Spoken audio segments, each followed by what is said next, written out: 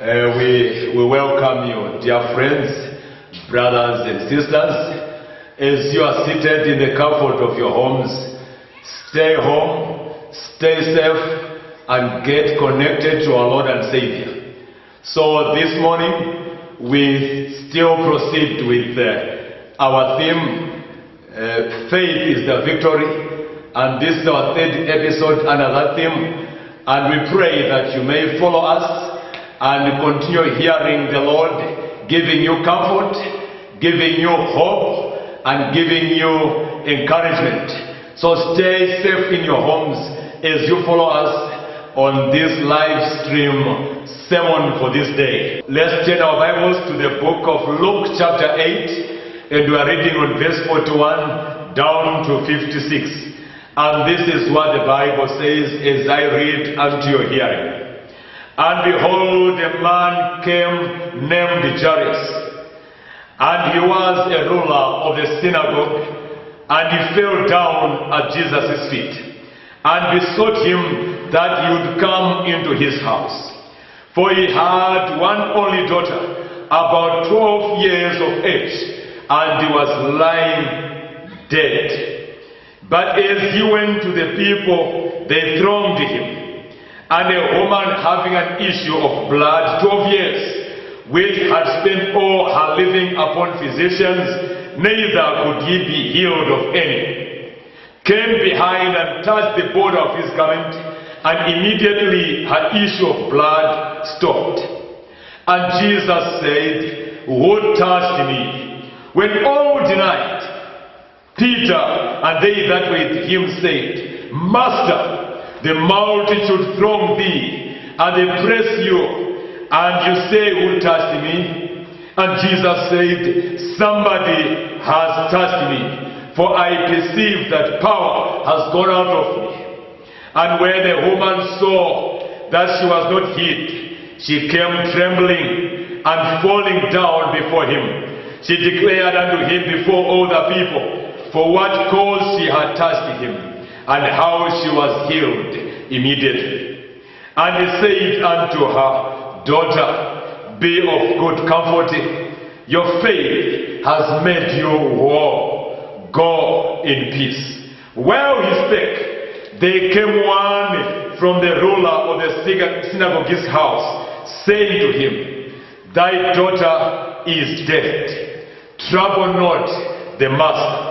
But when Jesus heard it, he answered him, saying, Fear not, believe only, and she shall be made whole. And when he came into the house, he suffered no man to go in, save Peter, James, and John, and the father and the mother of the maiden. And all wept and bewailed her. But he said, Weep not, she is not dead, but sleeping. And they laughed him to scorn, knowing that she was dead. And he pulled them all out, and took her by the hand, and called, saying, Maid, arise. And her spirit came again, and she arose straightway, and he commanded to give her food. And her parents were astonished, but he charged them that they should tell no man what was done. May the Lord add a blessing to the reading of his word as we pray.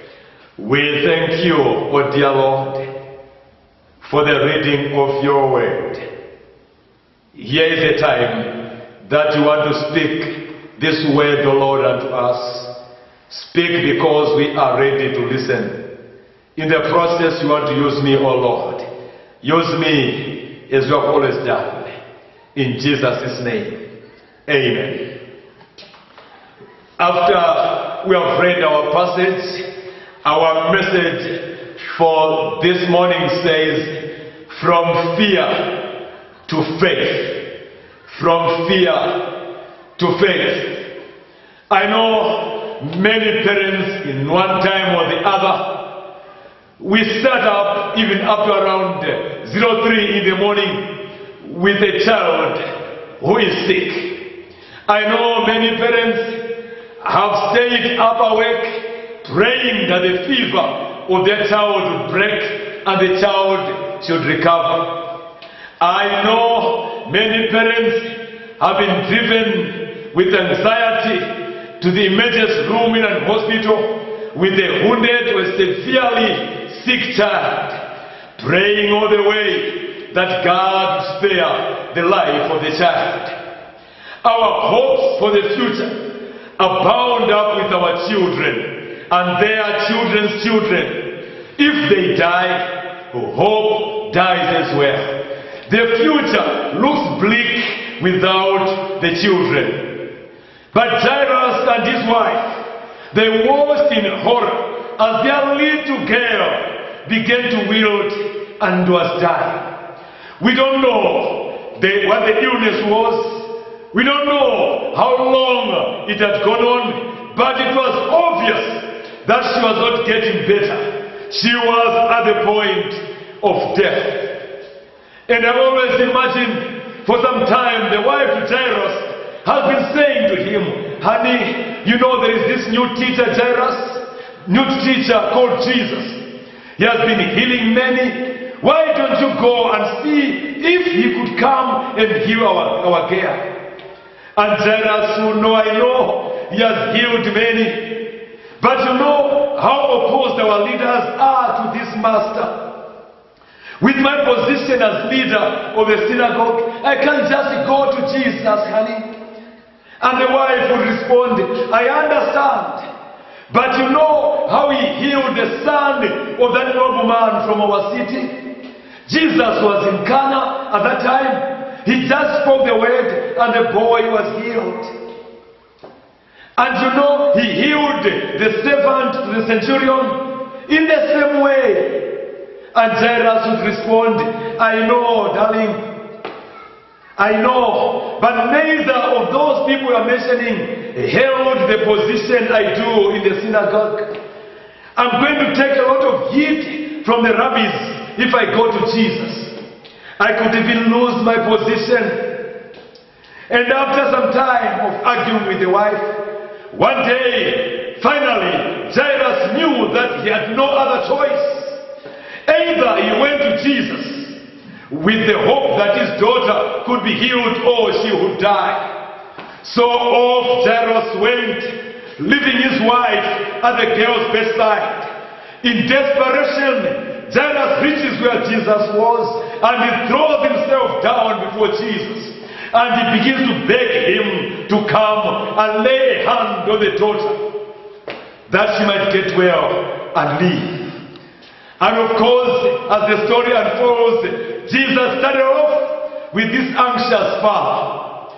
But then he stopped on the way to deal with the woman who had touched his garment. And at that point, that woman we know was healed from her hemorrhage. As the precious time ticked away, some friends arrived from the house of Jairus, and they spoke these fearful words to him. Your daughter has died. Do not trouble the teacher anymore. And at that time, the heart of Jairus sank. His daughter was gone. But Jesus overheard them and told him, do not be afraid any longer. Only believe, and she shall be made well. Jesus went to Jairus' home, put out the noisy scoffers, and took Jairus, his wife, Peter, James, and John with him in the house of the girl. They went to the room where the girl was lying. And as the story tells us, Jesus took the dead girl's hand and said to her, child, arise. And to everyone's astonishment, she got up immediately. Clearly, it was a lesson in faith for Jairus and the wife, even for the disciples around. It was a lesson in faith, not only in that time, but even in our times. As you listen in the comfort of your home, beloved brother, beloved sister, I want you to realize it was a lesson of faith to them that time, but today it is a lesson of faith to you, oh beloved. It is a lesson of faith to us, even in the situation that we are in. Everyone is fearful, but through the story of Jairus, we can move from fear and go to faith. I would like you to realize, dear friends, that in fearful situations, we must overcome hindrances to faith and eventually put our trust in Jesus. Sooner or later, we all face these fearful situations where we don't know what to do later after that. The bottom of our lives suddenly drops out from under us and we are overwhelmed with a fearful situation. And I want you to realize, and you know it, such fearful situations are never fun. But the story of Jairus has a lot of stories, has a lot of lessons for us this morning. Because the story of Jairus shows us that in the midst of fearful situations, there are benefits. I want to bring this message unto you, that there are benefits for us in fearful situations. I know you may be saying, but how come? How can we benefit from a fearful situation? I'll mention some few ways in how we can benefit from fearful situations. We will apply the story of Jairus. And according to the story of Jairus, there are at least 3 benefits that apply to Jairus, and they can still apply even in our times, in our fearful situations. Fearful situations, dear friends, help us clarify our priorities. I want you to understand, world over, we have now realized that our priorities in this life is not even going to good schools, because now schools are closed. Our priorities is not going out there to do businesses, because some businesses right now, they are closed. I have now discovered that the priority of us as we live on this earth is health. That's why all the health institutions are opened, even in a time when there is a shutdown. Even you can see in our land, in our country, in Zambia, we have gone ahead to employ more in the health sector, because it is now our priority. And we have realized that it is our priority because of this fearful situation. I want you to know, fearful situation, my dear friend, it helps us to clarify our priorities. You know, it is easy to drift off course in life and spend our time in things that are not in line with our priorities. If we were to stop and think about it, we'll discover that many times we have spent a lot of energy in things that are not actually our priorities. But we don't stop and think about it until a crisis comes. Jairus didn't know what was his priority in life until a crisis of a daughter who was about to die came. And today, with this advent of the coronavirus, we never knew what our priorities were until today. Now we know what should be our priorities. So, when we are in a crisis, we are able to clarify our priorities nicely. As a synagogue ruler, Jairus was responsible for the maintenance of the building and for arranging the services of the synagogue. At that time, this was a position of status given only to those who had money and those who had prestige. It was not a responsibility given to anybody else whosoever. It was given to the elite, those that had status in society, those that had money, and those that had prestige. That was Jairus. But I want you to realize that all this success and prestige in the community suddenly became insignificant when he faced the loss of his only daughter. I want you to know, dear brother, dear sister, wherever you are watching us from, worldly success doesn't insulate anyone from the tragedy of death. Yes, you can have success in this world. You can have all the riches that you need. But I want you to realize that these successes will never insulate you from tragedy and eventually death. Of course, the successes we have in this world can afford a person to access probably the best medical treatment. But doctors, I want you to know, can only do so much. Every person must be ready to face death for himself and his loved ones. And when it stares us in the face, we are reminded of the love of God. And we are reminded to love God and to love others as the only thing worth living for. I want you to know, dear brother, in this time that we are living in, this fearful situation should have led you to discover your priority, and your priority must be love for God and love for others. Fearful situation, dear friends, fearful situation can strip away our pride and will let the Lord prove himself mighty on our behalf. This fearful situation stripped Jairus of any pride. The Bible says he went where Jesus was and he fell down at Jesus' feet, totally helpless. A man who had prestige, a man who had success, a man who had status in society. This time we see him at the feet of Jesus, not standing but falling down on the feet of Jesus. And I want you to know, the place where Jairus was, it wasn't a dignified place for a synagogue ruler to be. He probably got his nice robe dirty, because the Bible says he fell down on the feet of Jesus. But at that time, Jairus didn't care about his new robe and his expensive robe. He knew he needed Jesus. There is always a time, dear friends, that anything else will not matter but the need of Jesus. And we are living in such times where all these other things have proved to be nothing. In some areas of this world, people have the money, but they cannot go out to buy, because money now does not matter. What matters is to be at the feet of Jesus. And he knew he needed Jesus so much, so he couldn't care. Even if his expensive robes became dirty, he never cared. He was willing to admit his need and be humbled, even in public.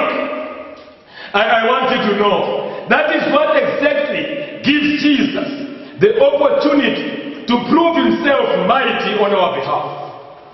You know, when you go to Jesus, if we protect our pride and come to Jesus and to tell Jesus, you see, Lord, I have almost got the situation under control, but I could use a little advice from you. When you go to Jesus, thinking you are smart, you can do these things, but you have tried now, you just need an advice from him, you rob him of his glory. But when you come to Jesus and cast yourself at the feet of Jesus and say to him, Lord, you must do it, there is no longer hope anywhere. At that time, Jesus is glorified, and others are drawn to put trust in him. Fearful situation will strip away our pride and let the Lord prove himself mighty. I want you to realize, fearful situations will always remind us of our mortality and drive us to trust in Christ. When everything is okay, we at times we don't even remember our Lord. We think we can go on with life. When things are okay, some people think they'll continue living and never experience any difficulty, even thinking to live forever. Necessity is not only the mother of invention, it is also the mother of faith.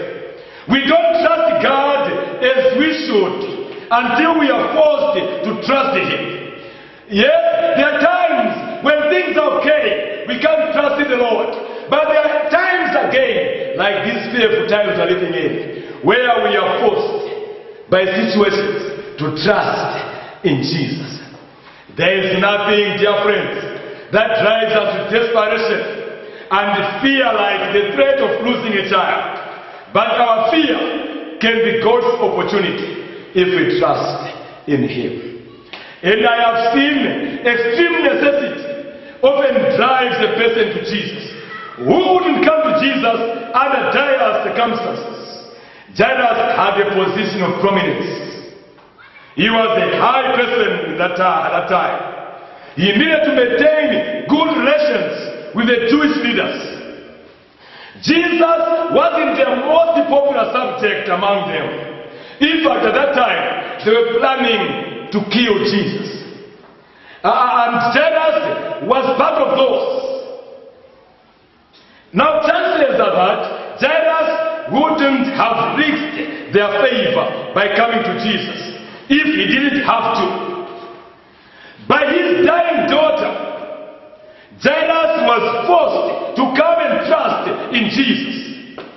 I want you to realize, dear friends, this crisis proved to be of great benefit to him, not only in the healing of his daughter, but by giving birth to his faith in Jesus.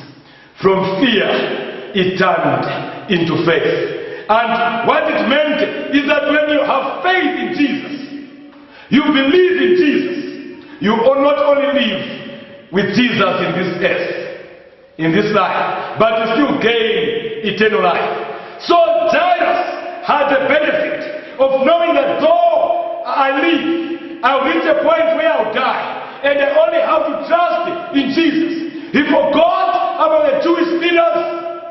He forgot of what they would say about him, and he went to Jesus. And this crisis led him to have faith in Jesus. And it meant he will have eternal life. I want you to realize, brother, sister, as you listen in the comfort of your home, some of you face fearful situations today. You have a difficult marriage. You face fearful situations. It might be a rebellious child. It might be a personal health problems. You're going through a fearful situation. You are afraid of losing a job. You are afraid of financial setbacks. A lot of fearful situations. I want you to know, as God is encouraging us, I want to bring these words of hope to you, dear friend. Whatever your fearful situation, it can be of great benefit if you let it clarify your priorities. It can be of great benefit if you strip away your pride. It can be of great benefit if you trust in Jesus. And when you have done that, He shall be glorified through you. I don't know the fearful situation that you are going through, my sister. I don't know the fearful situation that you are going through, brother. But one thing that I know, that fearful situation can be of great benefit to you, as long it will help you to clarify your priorities. And your priority must be at the feet of Jesus. Yes, that fearful situation may be of great benefit to you, brother, if you let it strive away your pride. Because pride will not lead us to enter the kingdom of heaven. I know you may be going through a fearful situation, but it can be of great benefit, my brother, if it will drive you to trust in Jesus. It's only when we trust in Jesus, it's only when we begin to develop fear, we begin to develop faith out of our fearful situations, that things begin to fall in place. In fearful situations, we must overcome hindrances to faith. As you move from fear to faith, you find a lot of hindrances in between that will disturb you to reach a point of having faith in Jesus.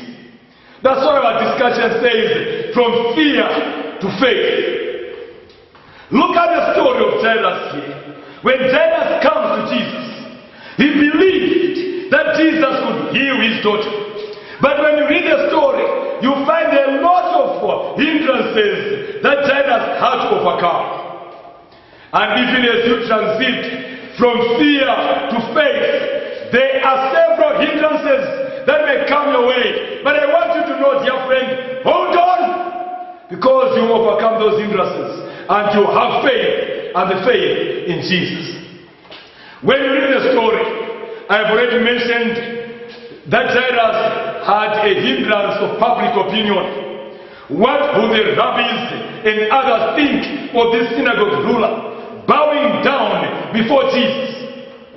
There was also the hindrance of his own pride and reputation, which he would have felt the need to protect. He also had to overcome the hindrance of interruption.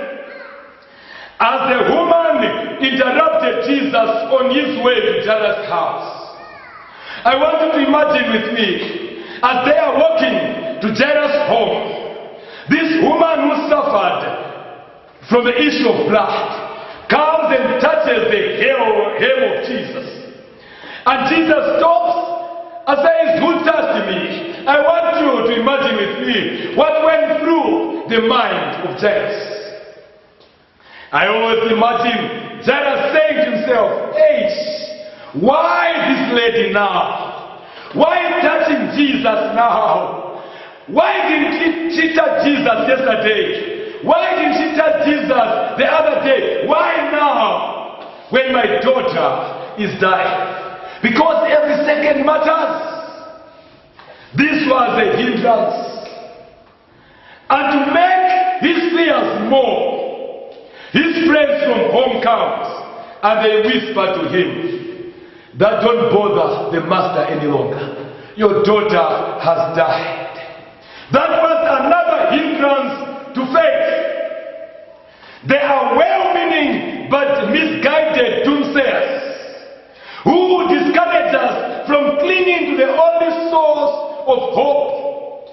When you are moving from fear to faith, doomsayers, they will say a lot of things because they are misguided in their thinking. They will discourage you, brother, from clinging on to the only source of hope, Jesus. So they tell Jairus, don't bother the teacher anymore. Your daughter is dead. Of course, what they said may have been true. Jairus' daughter, as the story tells us, was dead. But they never added the mighty power of Jesus to their calculations. With him, with Jesus, there is hope, even when human hope is lost. I want you to know, we are living in a fearful time where hope has been lost. But when you are with Jesus, when you turn to Jesus, when we are with him, there is hope, even where there is no hope. There is hope in the midst of hopelessness. With Jesus, there is hope. When all is lost, when the bottom just drops, hopeless situation, with Jesus, there is hope, even when hope has been lost. So with Jesus' help, Jairus manages to hang around, and he went past that hindrance again. And they go to his house. And when they reached his home, they faced another hindrance to faith. The house was already filled with professional mourners. A Jewish custom demanded that even the poorest man hires a minimum of 2 flute players and 1 mourner in the event of the death of the wife. Now, here is a man of the position of Jairus, a wealthy man. Then it means he had more flute players and more mourners. And these people would perform a dance of death. Yes, and they mourn, they lament, making those wild movements of the bodies.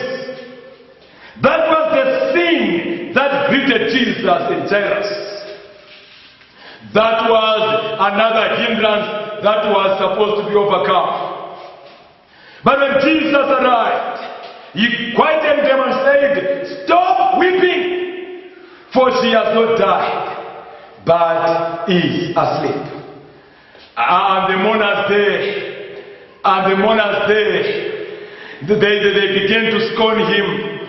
They began scoffing and laughing at Jesus because they knew that the girl had died.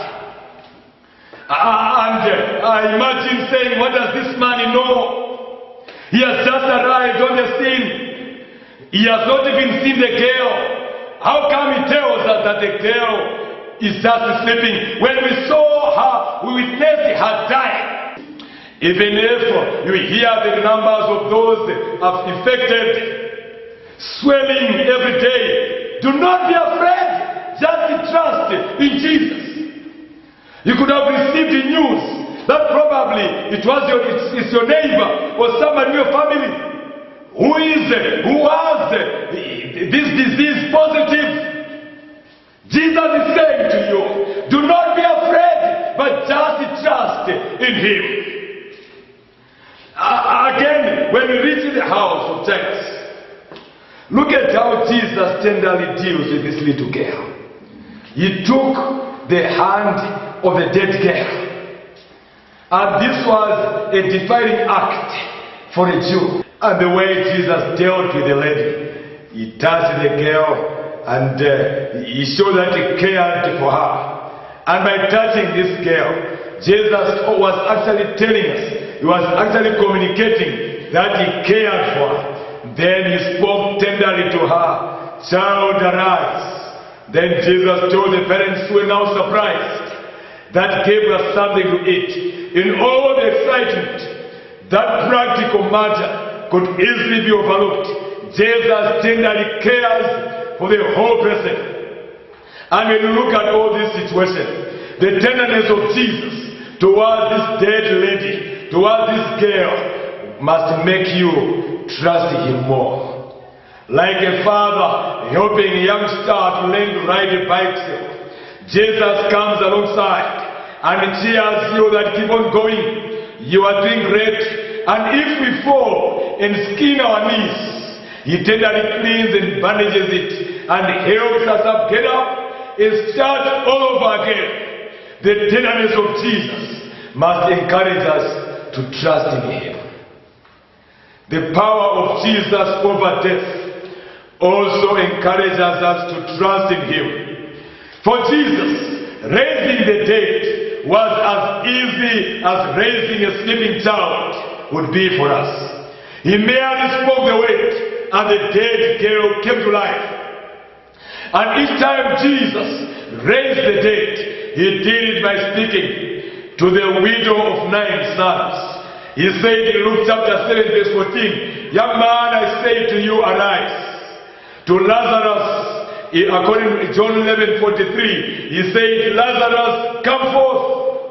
And Jesus said in John chapter 5 verse 28, that an hour is coming in which all who are in the tombs shall hear my voice, and they shall come forth, some to eternal life, and others to judgment. What a claim, dear friends! On that coming day, his voice will cause bodies decomposed for centuries to be resurrected. Even now, he speaks to those who are spiritually dead, and he imparts new life to them by his grace. I want you to realize, dear friends, Jesus has got power over death. He has got power over death. And because he has got power over death, it gives us the courage to trust him even more. Because then we know that even if we die, we shall rise. Because the one that we trust has got power over death. Because Jesus is powerful over death, we can trust him. Someone wrote and said, there is no room to fear that your faith will be more extensive than the boundless power of God. Our faith, however large, will never embrace the 100th part of the divine goodness. No matter how fearful the situation, Jesus wants us to trust him. No matter our situation, dear friends, Jesus wants us to trust him.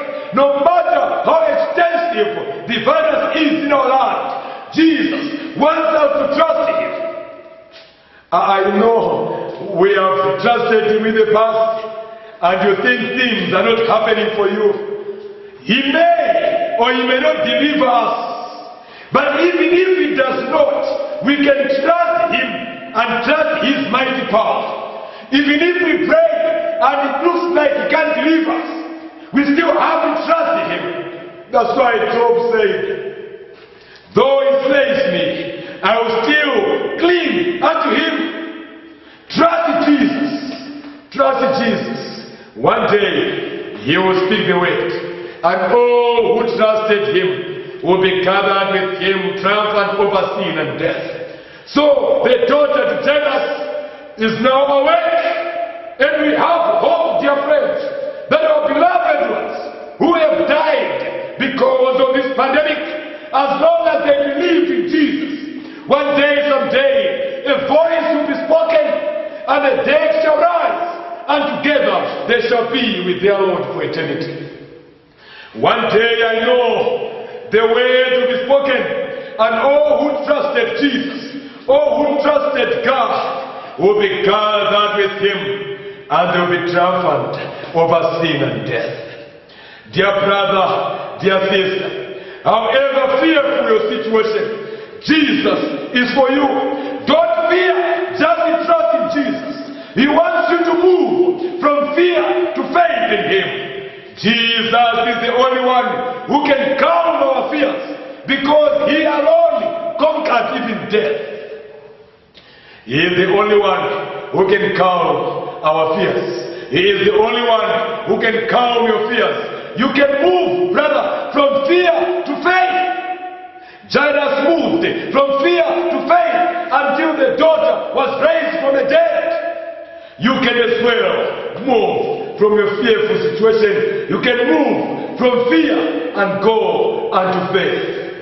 I want you to realize in Mark chapter 4 verse 38, when the disciples were on the boat and the storm and the wind tossed them through to and fro, they went to Jesus who was sleeping and said, Master, carest thou not that we perish? And I know today many people have the same question. Master, don't you care that we are dying? Master, don't you care that there is a virus everywhere? Master, are you not seeing the numbers of those that are affected? Master, don't you care that we perish? Oh yes, I want you to know, dear friend, Jesus cares. When you move from faith, when you move from fear to faith, he will calm the storms of your life. Oh yes, Jesus cares. I want to encourage you, brother, in your fearful situation, God cares. Oh yes, he cares. His heart is touched with our griefs. Jesus cares. And when you move from fear to faith, he will calm your fears. Yes, Jesus cares. He lived on this earth. He walked as we walk. He understands our infinity. Jesus cares. He cares for you today. He cares for you, brother, there. He cares for you. He is a caring Jesus. As you are listening in your homes, as you are listening wherever you are, I want you to know you can move from fear to faith. And when you move from fear to faith, you will then realize that Jesus cares. Stand still and see what the Lord can do. He can calm your fears. Trust him and he can calm your fears. I know you are going through a fearful situation, but he can calm your fears. Just trust him. He can calm your fears. When there is no hope, trust him, because he can bring hope in a hopeless situation. Oh yes, he cares, and he cares for you. I would like to pray with you in your homes because He cares for you.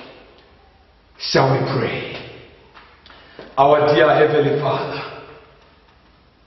we know it is not easy to move from fear to faith because of the hindrances that we have to go through. But it is a possibility. We pray, oh dear Lord, that even in our weak faith, oh Lord, you may still work with us, dear Father. We are in a fearful situation. Everyone is in a panic mode, oh Lord. We are doing what we thought we'd never do. The world is standstill, oh God, because we are in a fearful situation.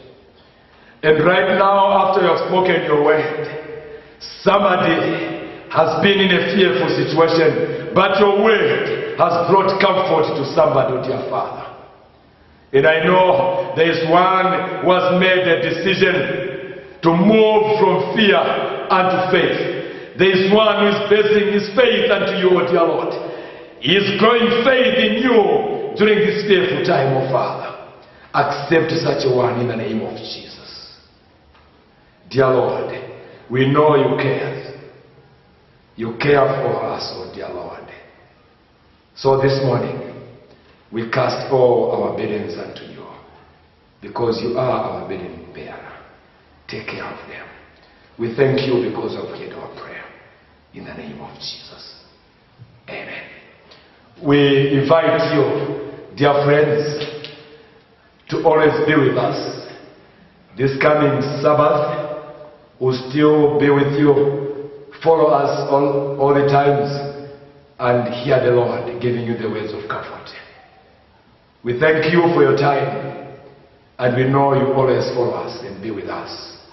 May the Lord bless you in your homes, and may bless you in abundance. Amen. Until next time.